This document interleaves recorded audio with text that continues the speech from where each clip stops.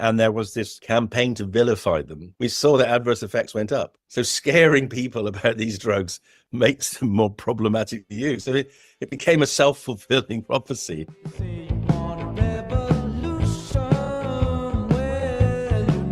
Welcome to Mind, Body, Health, and Politics. I'm your host, Dr. Richard Lewis Miller. The mission of Mind, Body, Health, and Politics is to enhance your physical and emotional well-being and encourage community. I say encourage community because I believe that we humans are tribal animals, and we do the best when we live tribally, when we know everybody in our community, if not by name, by face. Then we're cooperative, then we are collaborative, then we are creative, and then we are most healthy. But we must keep in mind that there's a very small percentage of us, fortunately small, but extremely powerful, who are very different from the rest of us. These people are predators, they are dominators. They're the ones that came out of the caves with the biggest clubs. They're the ones that eventually became kings. They're the ones that created these false boundaries that we call countries in order to create their property. Because when you look down from space at the world, you don't see countries, you see a planet. That's what we all live on. So we must be aware of these predators and be mindful and do the right thing to protect the rest of us. In the words of my hero, Thomas Jefferson, eternal vigilance is the price of liberty.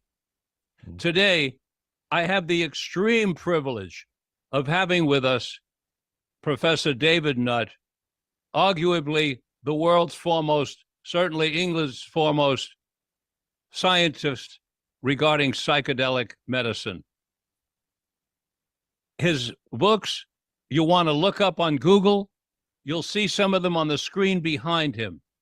You want to look up his contributions that he's made to this cause that's been going on, if not 50 years, in my lifetime, much longer than that. Why is that? Because the antecedents of the war against drugs goes back past the Women's Christian Temperance Union, goes back almost to the founders.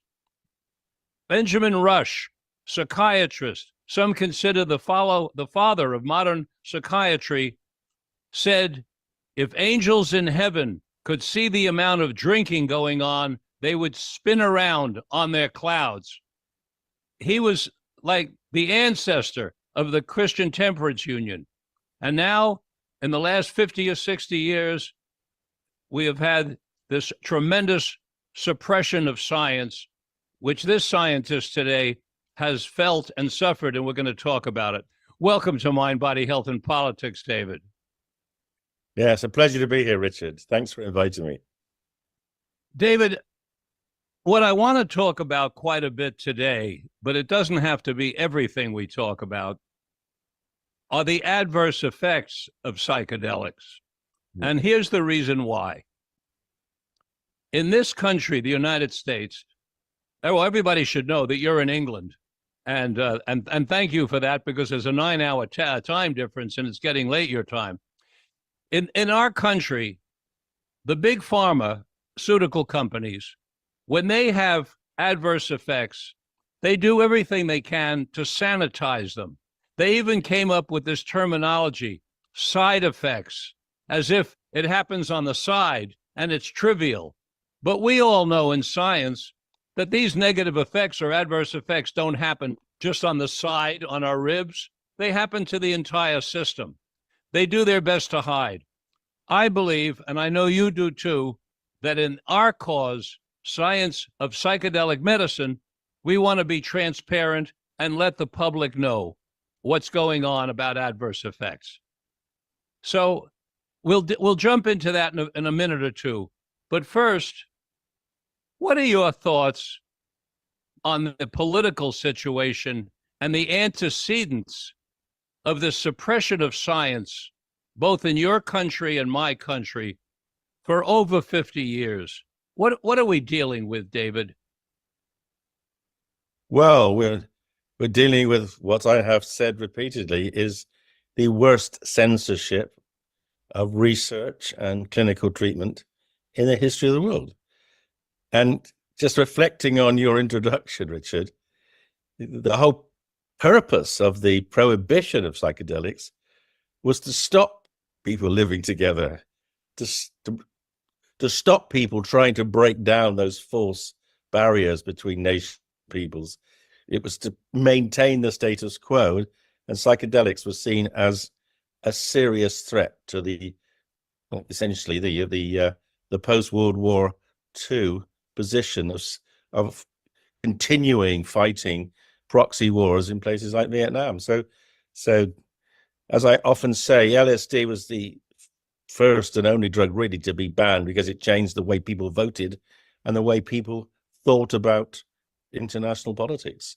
And all the other psychedelics got sucked in with LSD because they had similar pharmacology. So it is truly the most horrific imposition of a particular will on research there's ever been. And let's not be honest, it's still there. These drugs are still illegal in your country. They're illegal in my country. In fact, they're illegal in every country in the world, with the exception of a couple of Latin American countries where the natural product equivalents are available. So although we're doing more research now, it's still at a cost. And if we were to change the regulations and the schedules, we get an awful lot more work done. David, fill in the dots for our listeners who don't know. What is the connection between taking LSD and changing the way you vote? Well, it really starts with the anti-Vietnam War protests. So as I guess most of your listeners will know, that was an American war that was being fought in Southeast Asia. Young men aged 18 were being sent based on the date of their birth to fight a war against an enemy they might never see for a cause they didn't understand, in very, very unpleasant conditions. And many of them were protesting and they were escaping the draft. Some went to Canada and quite a few went to the West Coast, where at the time psychedelic use was beginning to rise in what were in those days called the hippies. And people like Timothy Leary were arguing that people should tune in and turn on and then drop out and avoid being part of the military. And you saw these very powerful placards: drop acid, not bombs. And of course, at that time, there was a vast amount of bombing going on in Laos and Cambodia, as well as in Vietnam. And the American governments, both Johnson, the Democrat, and then Nixon, the Republican, didn't want to stop the war because that's the only philosophy or international diplomacy they knew how to perpetuate. And they couldn't stop the anti-war protests because people have a right. I think you have the First Amendment. You can say what you like. But what they did do was to ban the drugs that they thought were fueling the anti-war protests, or at least encouraging people to be more radical in terms of wanting peace, not war. So they banned the psychedelics. And of course, the Vietnam War ended somewhat later, but it did end. But the ban on psychedelics persists, because it turns out it's very easy to ban a drug and very, very, very hard to unban it. Why is it that even though in our country, both political parties have been very suppressive and negative about various kinds of psychedelic medicines, but the people on the far right seem to be even more violently opposed than the people on the left? What's your opinion on where they're coming from? What is it that they feel they either have to protect, or how are they going to make more money? What's the motivation? Well, I think historically, drug prohibition has been fueled certainly by economic desires. I mean, the whole concept of having drugs, plant-based drugs made illegal, is kind of absurd to most people. If things grow naturally, you sort of think, well, perhaps people should be allowed to have access to them. But if we go back to the 1800s, we see the rise of big pharma. We see particularly German pharmaceutical companies like Bayer taking a plant, willow bark, and turning the salicylic acid into a slightly modified version, acetyl salicylic acid, patenting that as aspirin, and then pushing through medicines controls not to allow other forms of painkiller. We saw the same with opium in the opium poppy, getting the extract, calling it morphine, stopping access to opium. The hostility to particularly Chinese using opium in the turn of the 1900s was largely driven by the pharmaceutical companies wanting to maintain a monopoly on the use of those kind of painkillers. And we've seen similar things developing subsequently. So yes, so there's an enormous amount of money invested in pharmaceuticals, and those who run it don't want to change. But then if you go beyond that, if you go to this whole question of sort of right v left, I mean, internationally, it doesn't really matter. It's extremism that really is anti-drug. It's the people in the middle who care about others rather than try to perpetuate their own particular myths of excellence of the problem. But I think in your country, the right wing tends to be a Protestant, and Protestants tend to be rather hostile to having pleasures on this earth because they believe, probably wrongly, they get pleasures in the next. But I'm not sure even if there is a next, they'll know how to enjoy the pleasures if they get there. Well, yeah, my take on that, David, is that offering the pleasures in the next is a way of controlling the behavior in the now, because you tell people, if you do what we tell you and play by the rules that we tell you to play by, then you're going to go to a good place in the next. But if you don't play by our rules, you're going to go to a very bad place. And so they threaten them. And then what we have in this country, I can't speak for other countries because I'm not international that way, but what we have in this country is a tremendous number of people who are anxious and depressed when it comes to their transitioning into the next place. They're afraid of dying. Instead of looking at dying as part of the process of living, they look at it as something to be afraid of. And the reason is simple, David. All of us have sinned. So they know they've sinned, and they figure, well, I guess I'm going to hell. Yes. I mean, it's the extreme harsh religion. It can be very, very traumatizing to children. Can I share an anecdote with you? Please, I'd love it. 20 years ago, I was in a big conference in Paris with a number of eminent leading American researchers. And then one evening, we're sitting around to dinner. I said, "What did you guys get up to?" We had the afternoon free. And they said, "Oh, we went to Notre Dame." And I said, "Wow, what a magnificent church, isn't it?" And they said, "Yes, but we went in and it brought back the traumas of us going to a Catholic school and being confronted with guilt and violence." And they're actually really rather disturbed by the memories coming back of that being taught by monks and nuns who were very, really cruel and destructive to their hopes with those predictions. You're all going to go to hell anyway, whatever you do. So, and these are eminent psychiatrists who've kind of should have worked it through, but it does leave an enduring impact. But childhood trauma is really, it penetrates the mind. I remember a quote from one of the popes who said, "Give me a child from 0 to 6 and you can have him for the rest of his life, but he'll always be mine." And that's basically what you're saying. Are things changing? Are people becoming more moderate with regard to their religious beliefs in England, or is it more of the same? Well, I think people are, yes, there is a more of a sense that of the point you made at the beginning. Religion started off as community. I think the word church actually means community. And it's what has happened over the centuries is that the church has become a business, and businesses tend to focus on money rather than the people that they're serving. I think we're beginning to change that. Even some evangelical churches are growing up, but there's there's an interesting movement, which I think is very relevant to the question of psychedelics, which is a lot of people now are describing themselves as spiritual, but not religious. And I think that's kind of what the original religious believers were. They had this sort of spiritual sense that there was more and that there were people that they could follow, like Jesus, but they weren't involved in forcing others to do the same thing. They were involved in encouraging togetherness, and I think we're beginning to move back into that direction now. I think that's happening in this country as well.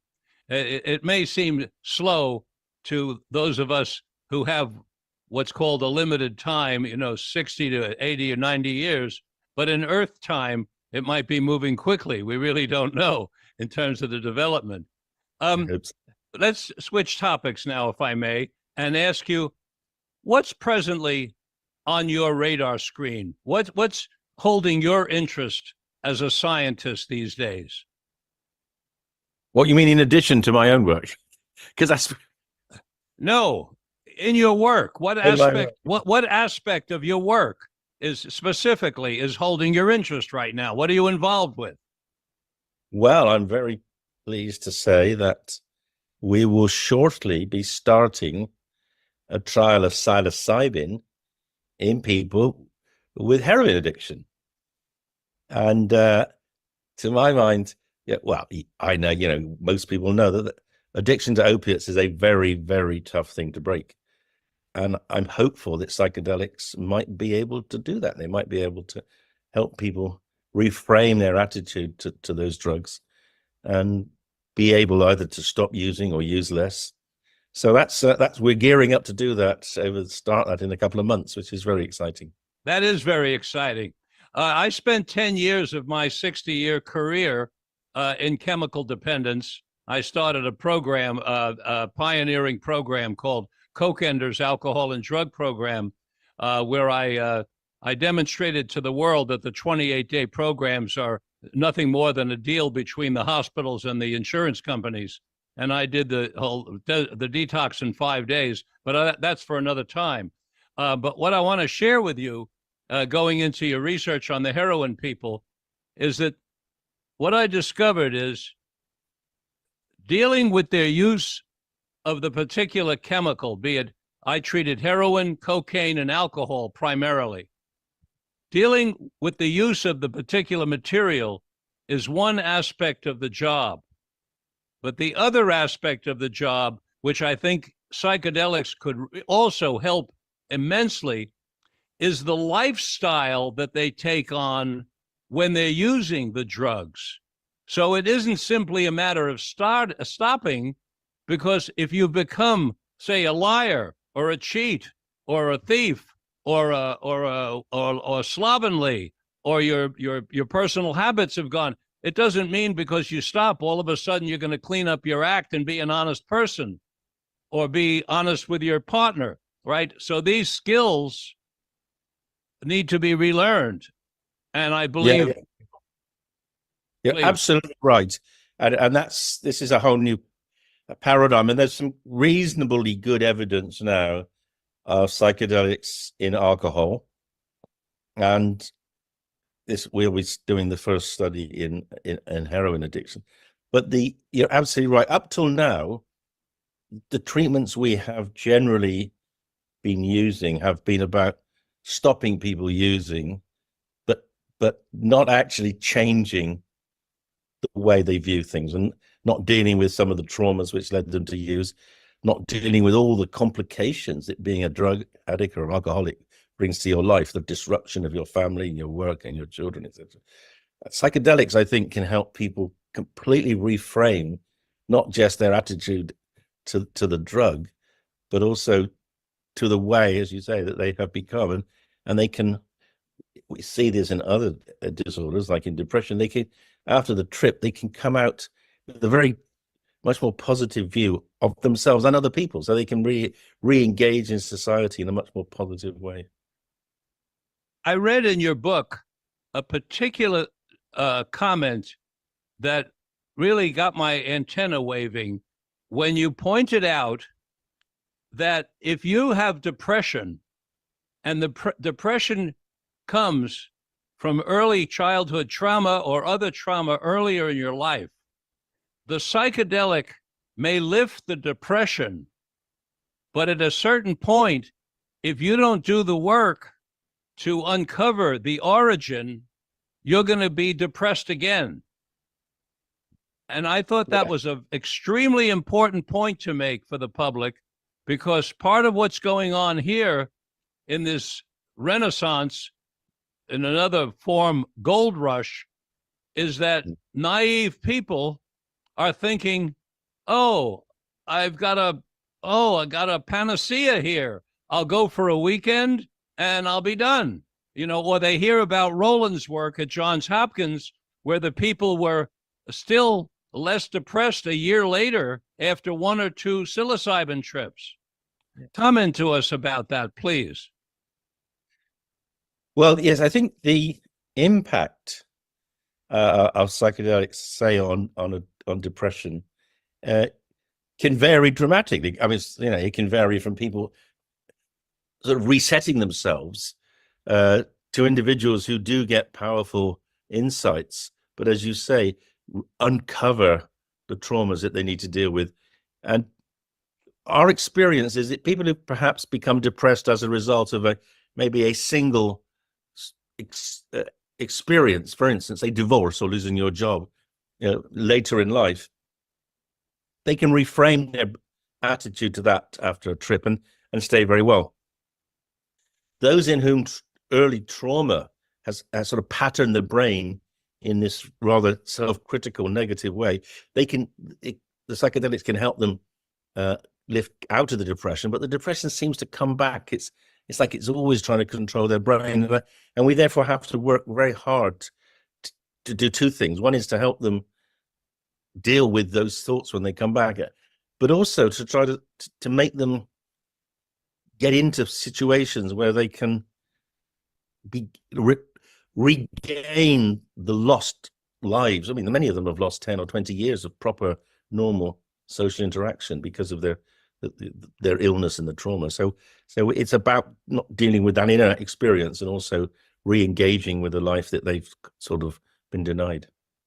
So would you say that people who became depressed later in life, but not because of early trauma, but because of more current events, would have an easier time recovering from the depression? And the reason I asked that, David, is because in the United States, I talked to an epidemiologist from Johns Hopkins recently, and she told me that best they can tell, 30 to 40% of the United States right now is suffering from anxiety and depression.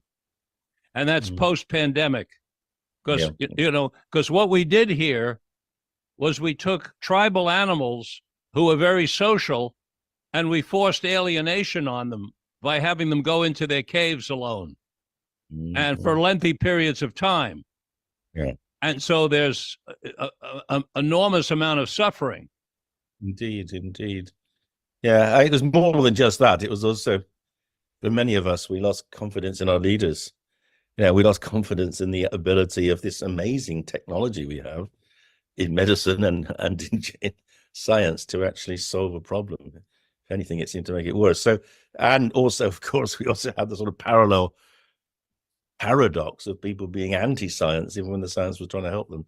So, yes, so I think that those individuals could well find that the psychedelic is very helpful in dealing with that particularly circumscribed period of trauma through COVID.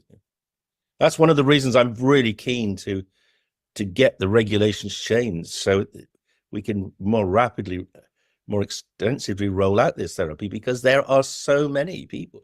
I mean, it's been estimated that maybe a third of all doctors and nurses that were working in intensive care have got PTSD as a result of having to deal with a virus which they didn't understand, for which they weren't prepared, and not getting the support from the health authorities that they needed. Yeah, I'm hopeful with that that MDMA is going to make it through, but every year Rick tells me they're stalling him off for another year. He's been telling me that for 36 years. I think he's there. I'm really I think he's there.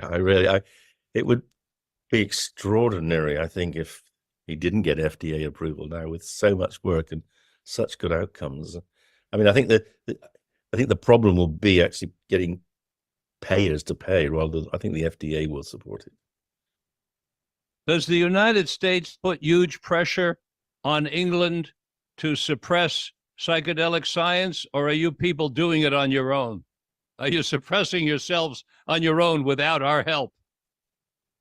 Yeah, I think we're backward now. I mean, uh, until 2016, uh, from the sort of 1930s, almost all our drug laws were made because of US pressure. But now we're we're, making even more stupid decisions ourselves because we have a right-wing government, and right-wing governments, like to attack drugs and drug users because what's there not to like? Drug users are bad people and drugs are dangerous. So the Nixon war on drugs is being fought here, but we're fighting it over trivial drugs like nitrous oxide and benzodiazepines, which is very sad. You're fighting them over benzodiazepines as well, pharmaceuticals? Well, recreational use of benzos. I see. I have a professional interest in obsessive compulsive disorder.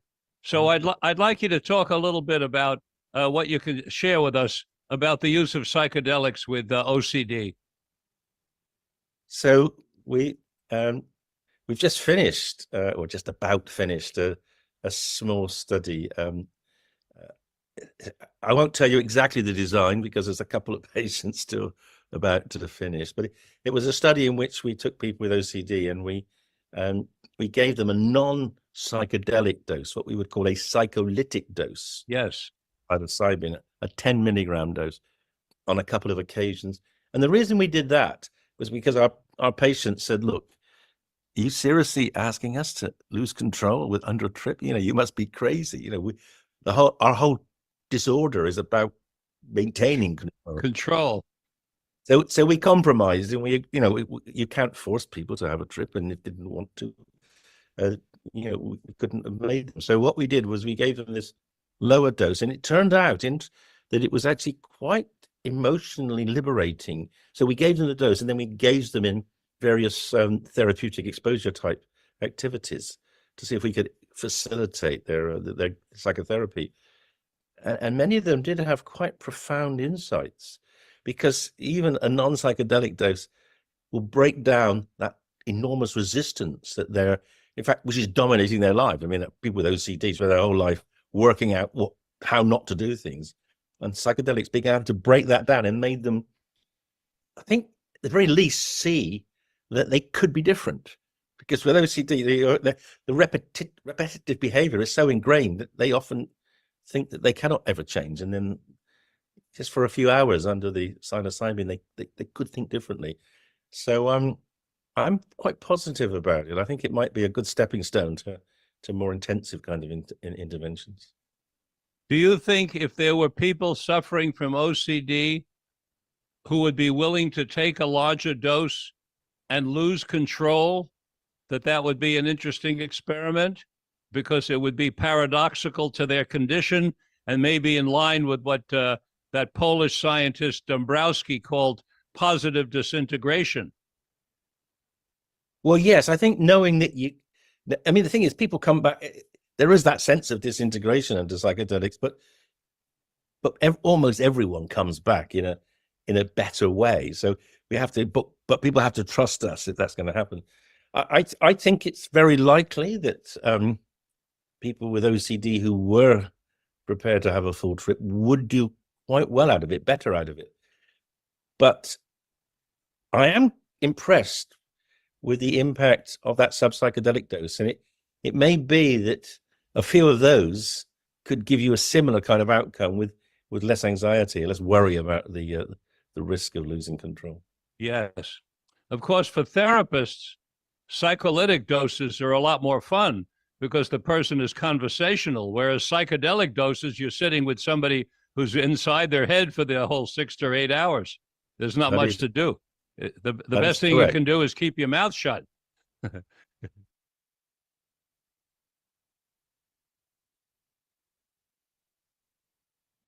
Hey everybody, it's Tommy D, the nonprofit sector connector, coming at you from my attic.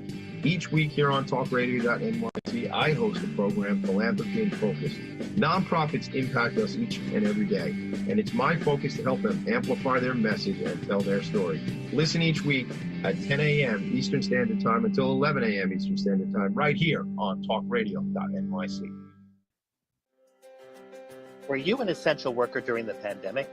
If you needed to learn stages of epilepsy, did you depend on advocates? Did you use new innovations to cope with mental and neurological issues? Maintaining high quality of life and keeping good mental health are what we all strive for. I'm Frank R. Harrison, host of Frank About Health, and each week top healthcare influencers, professionals, and innovators answer these questions and more. Stay tuned on Thursdays at 5 p.m. on talkradio.nyc, and I will continue to be frank about health with all of you. Hi, I'm Linda Marcanico. The A Train to Sedona is a memoir about my journey to love and compassion. It's also the name of my new broadcast on Wednesdays at 12 noon. When we are spiritual, we embrace possibilities and ideas, which strengthen our mind, body, spirit, health, and wisdom. On the A Train to Sedona broadcast, I plan to interview guests who embrace these expansive practices. Join us on Wednesdays at 12 noon on Talk Radio New York City. You're listening to Talk Radio NYC at www.talkradio.nyc. Now broadcasting 24 hours a day.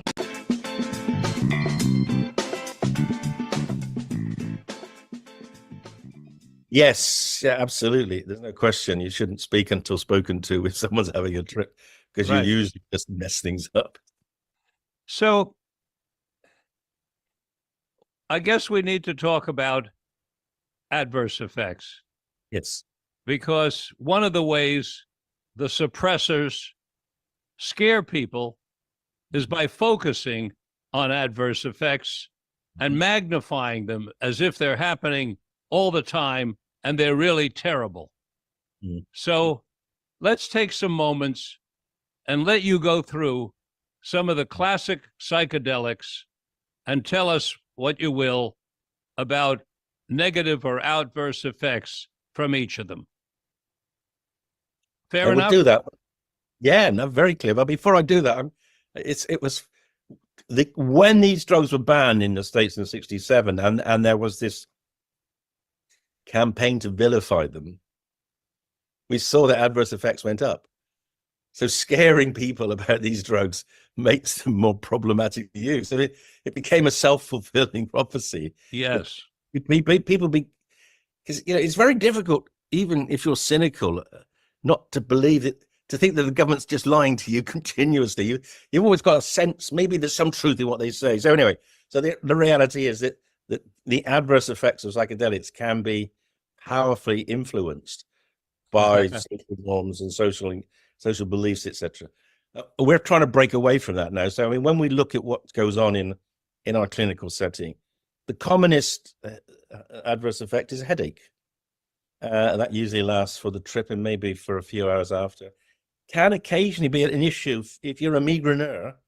Yeah, that may be a bit of a concern. I'm not entirely sure how we should deal with people who have severe migraines. But then you've got this paradox that people with severe other kinds of headaches, like cluster headaches, they often benefit from psychedelics. So that's a very complicated area. But headache, nausea. Let me ask about headaches before we go on. How prevalent? 30, 80%, 40%? We found I think it was about 70% had some kind of headache. I mean, not so that they needed treatment. And we're talking with LSD or across the board? Well, I was thinking mostly of psilocybin, because Psilocybin, 70% headaches? I had reported headaches during the trip. Yeah, but Well, again, makes me feel like a very lucky guy. I've taken it probably over 100 times, and I've never had a headache.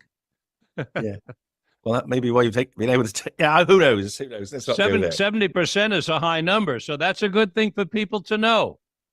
But they're self-limiting, and they don't need medication. It sounds like it's the medicine, the psychedelic medicine, is causing some form of inflammation in these people. No, Yes? No? I think, no, I think probably it is probably a kind of membranous vasodilatation. That would be my suggestion. It's very transient. And then, of course, you get nausea, maybe 20%, 25% get a bit of nausea. We didn't have anyone, I think maybe you have one person vomits on, I have several hundred on psilocybin.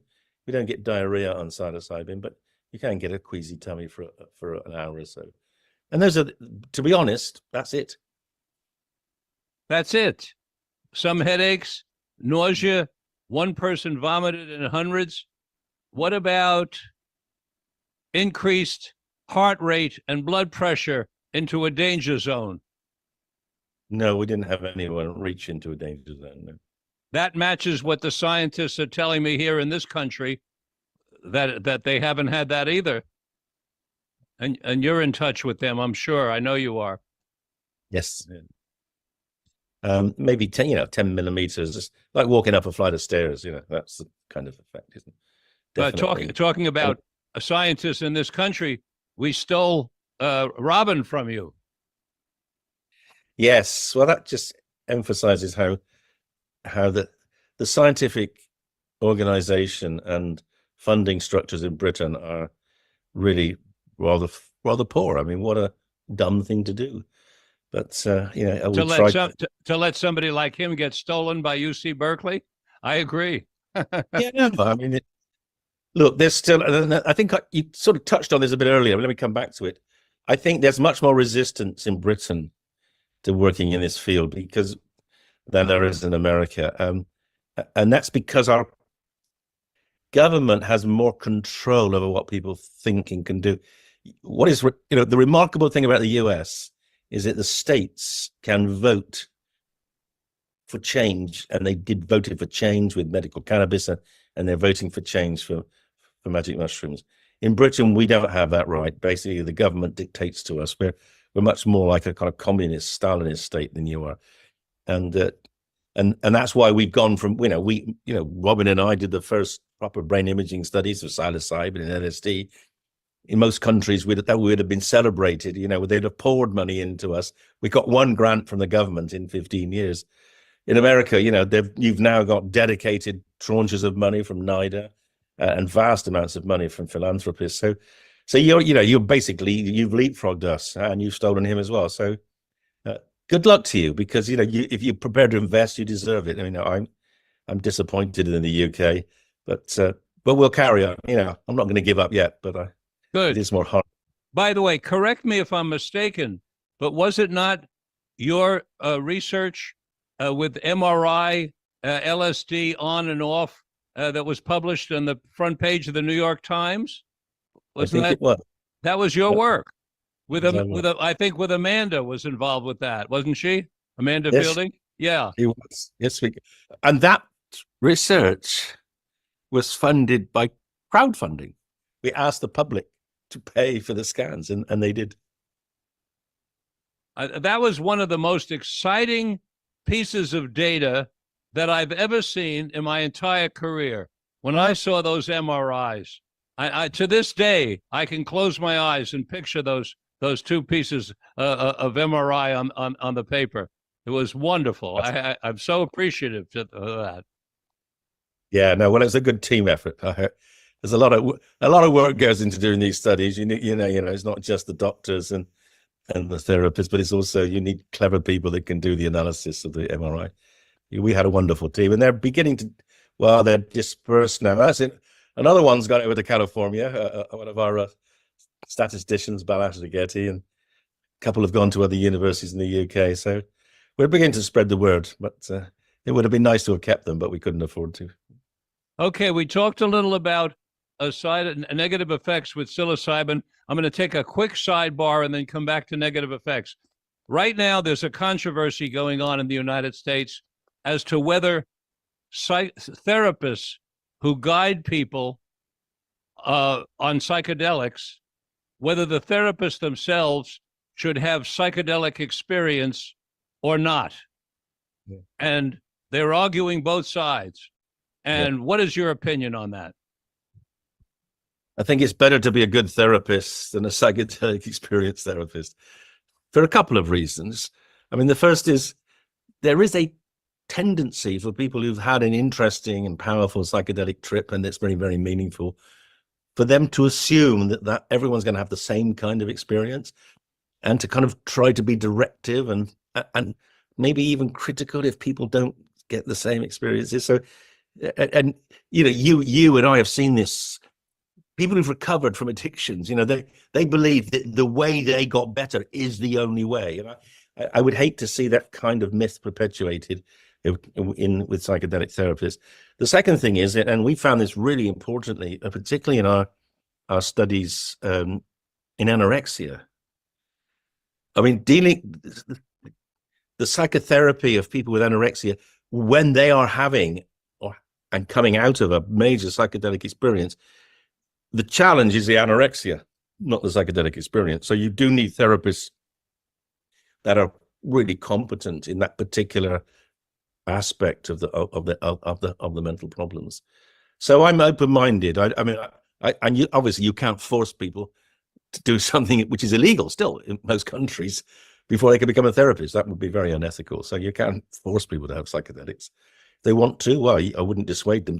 I mean, the only point I would make is just don't get arrested, because that makes it very difficult then to be a therapist. Okay, we talked about negative effects with psilocybin. Let's talk about negative effects with microdosing LSD. Well, I'm not sure there are any. I mean, it's very difficult to know whether there are any negative effects with microdosing. I mean, theoretically, you could say if you microdose every day for 50 years, maybe something could happen.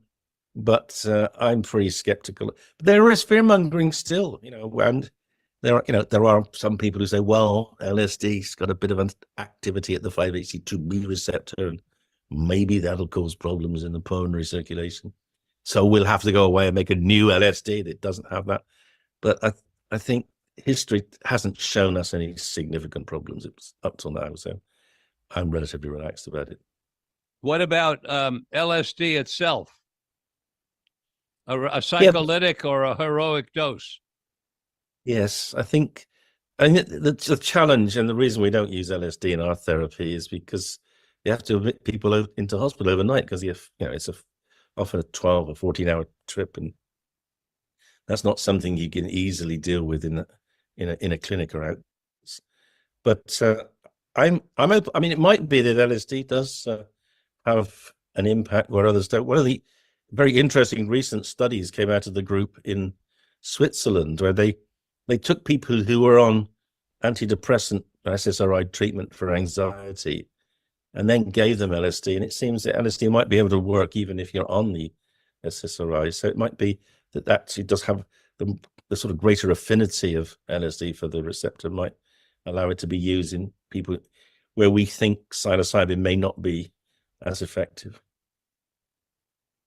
There's a groundswell of people in the United States who can afford it going to South America and taking ayahuasca.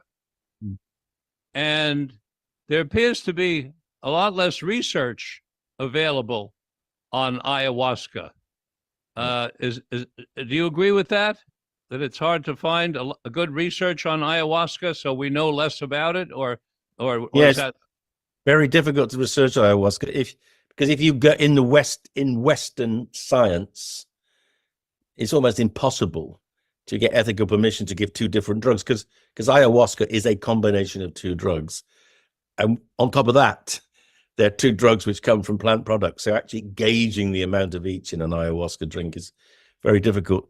So it's almost impossible to appease ethics committees appropriately with that. I mean, I think the great thing about ayahuasca is that it is a drinkable form of DMT, and DMT is clearly a powerful psychedelic. And when we use DMT, we're forced to give it intravenously to avoid the liver metabolism, because we cannot give it with the harmaline, the monoamine oxidase inhibitor. And I think it's quite likely that DMT in the shape of ayahuasca is going to be more powerful than DMT given intravenously in terms of giving the bigger therapeutic value. And of course, then you've also got the other very interesting aspect of ayahuasca therapy, which is in a group, and there's all the potential psychological extras you get from being in a group, being supported in a group, etc. So it's plausible that ayahuasca would be maybe even more powerful than what we're doing with psilocybin, but very difficult to research because you can't standardize any of it. Understood. So this past Friday, I had a tachycardia.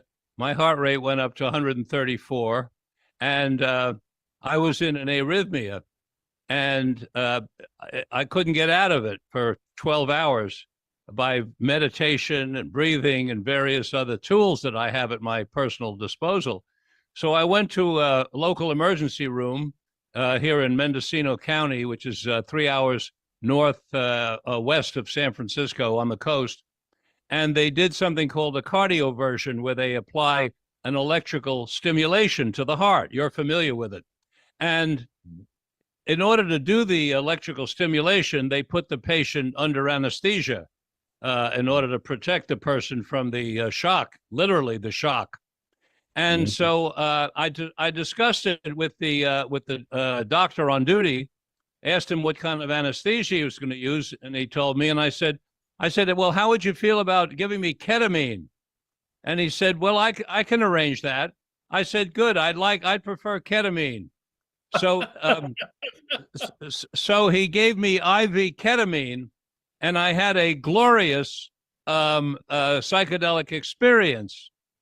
But the part of it that I want to share with you that's important is that for me, both personally and professionally, some of these psychedelics that are very powerful and take me into the cosmos don't lend themselves to my being able to take back information or material that I can use to better myself or expand myself or be more creative. It's more like a wonderful ride in what we call Coney Island. It's an amusement park. I know, yeah. Right? And so, I'm not too interested in just the whole day at an amusement park. I want to learn something because that's my nature. But the ketamine IV was a reminder that a big dose of it is more like an amusement park. Now, share some information about the value of ketamine therapeutically, and then tell us, even though it's not a classic psychedelic, but also, because I'm aware you're schooled in it, but also about adverse effects. Okay, so, well, as you pointed out, I mean, ketamine produces psychedelic-like experiences. Do you think you could distinguish them from, say, psilocybin or LSD? It depends on the dose. I would say a large dose of psilocybin would be similar to a IV dose of ketamine in that it's cosmic consciousness. But as I come down in the dose of psilocybin, I find there's more material available to witness and take material from that I can then use every day. When I've done lower doses of ketamine, it's been, again, not rich with material, altered consciousness. I can feel the anesthesia. I've had the experience of merging with another person, my wife and a friend, and it was fun. But I find the psilocybin, from a personal and professional psychotherapeutic perspective, is significantly more valuable. Yeah, well, that's really interesting that you say that, and this is a topic of great research interest at present. So, ketamine, obviously, pharmacologically quite different from psilocybin. Ketamine is a glutamate blocker.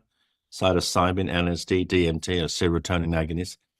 If you record the EEG or the MEG on people, or even the fMRI, you find that, though, it's very difficult to disentangle. You couldn't see obviously that a ketamine trip was different from a psilocybin or an LSD trip. They produce this powerful disorganization of brain action we call the entropic brain. But there do seem to be other differences in terms of, as you say, the value. So the most obvious difference is that the antidepressant effect of ketamine tends to wear off over about 3 or 4 days, whereas the effect of psilocybin can last for weeks or months. And that might be partly because the molecule of ketamine, as well as producing this psychedelic experience, also does tend to block the laying down of memories. And maybe some of the insights that you might get and you'd be able to use under psilocybin are blocked by the ketamine.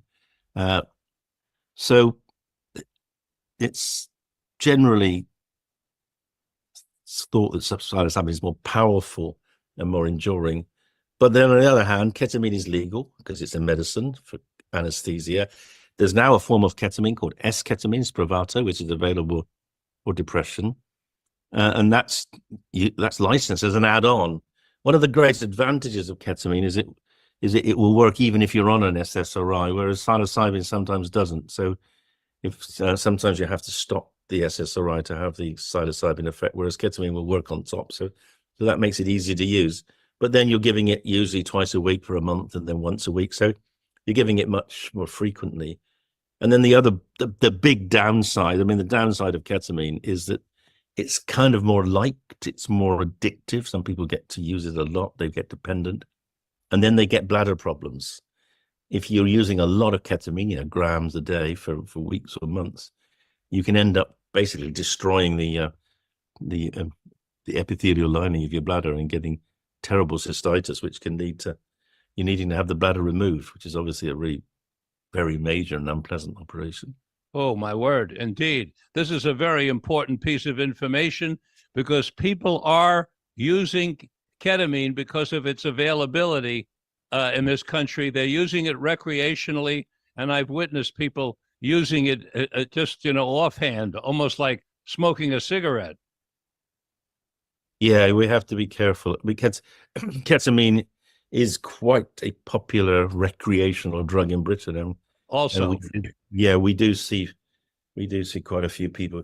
It is quite dependence producing, whereas psychedelics are anti-dependence, and that is another fascinating difference which we don't understand.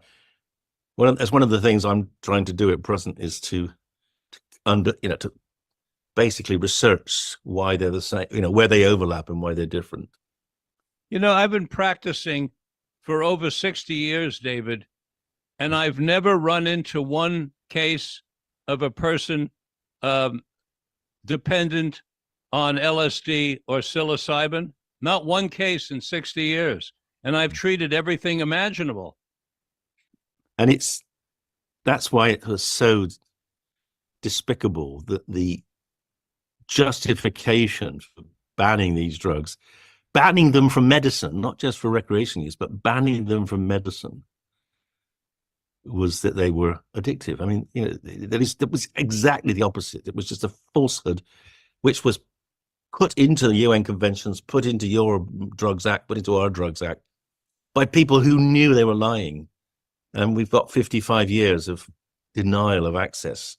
It's very, of all the, millions of people probably would have benefited if they could have kept them as medicines, but they were the government was so terrified and so hateful that they even took them out of medicine because of the recreational use.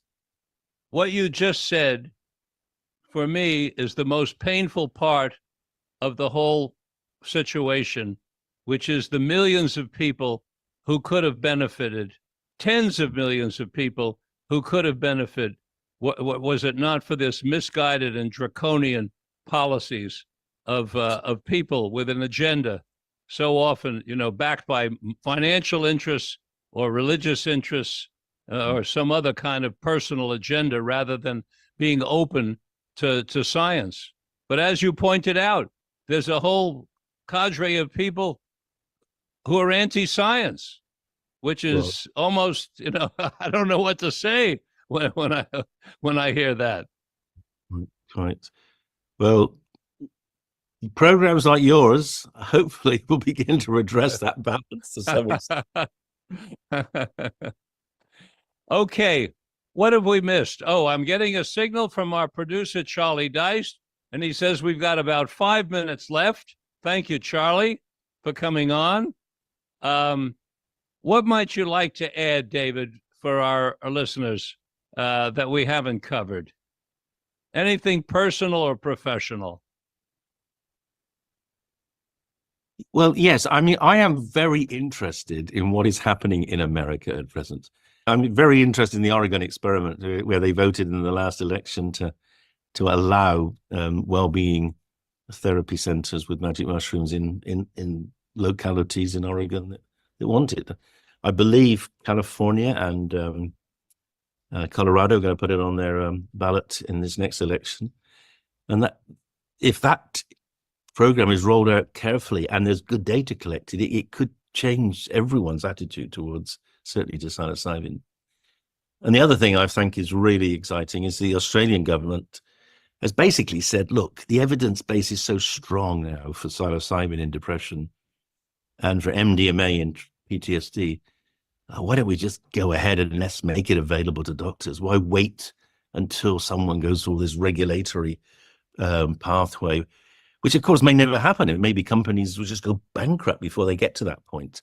And Australia just said, come on, let's just allow people to access medical grade versions of these medicines, monitor what's going on, collect what we call real world evidence, basically treat people, monitor what happens, get feedback from the doctors.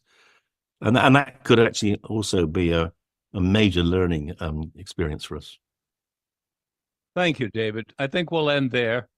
I want to do one thing before we end, and I want to show everybody your book, one of your many books, but this book is the latest one. And I want to talk about this book for just a minute, because there are a lot of books out on psychedelic medicines, including my own, several of my own. But this book is so readable. It's laid out so well, and it is so chock full of information. I can only recommend that you go to Amazon. I hardly, well, those of you who know me know I don't do this. I don't do commercials. I don't sell products. I have scientists and authors. You all know that. And occasionally I'll put a book up on the screen. But this is really a book that you want to take a look at if you're involved with psychedelics at all, because of the enormous amount of information presented in such a readable way. Enough said. David, thank you very much for being with us today. It's been a privilege. Absolute pleasure for me too. Speak again soon, I hope. Thank you. Okay, that would be wonderful. And thank you all, gentle listeners, for being with us today on this broadcast of Mind, Body, Health, and Politics. Remember that we produce a new show every week. You can listen in live on 9 o'clock on Tuesday morning, or just go to our archive. And remember, everything on the archive of mindbodyhealthandpolitics.org is open source. That means no fee to you, no hidden fees, no non-hidden fees. This is information that we want to share with everybody. Go to mindbodyhealthpolitics.org and check out the archive.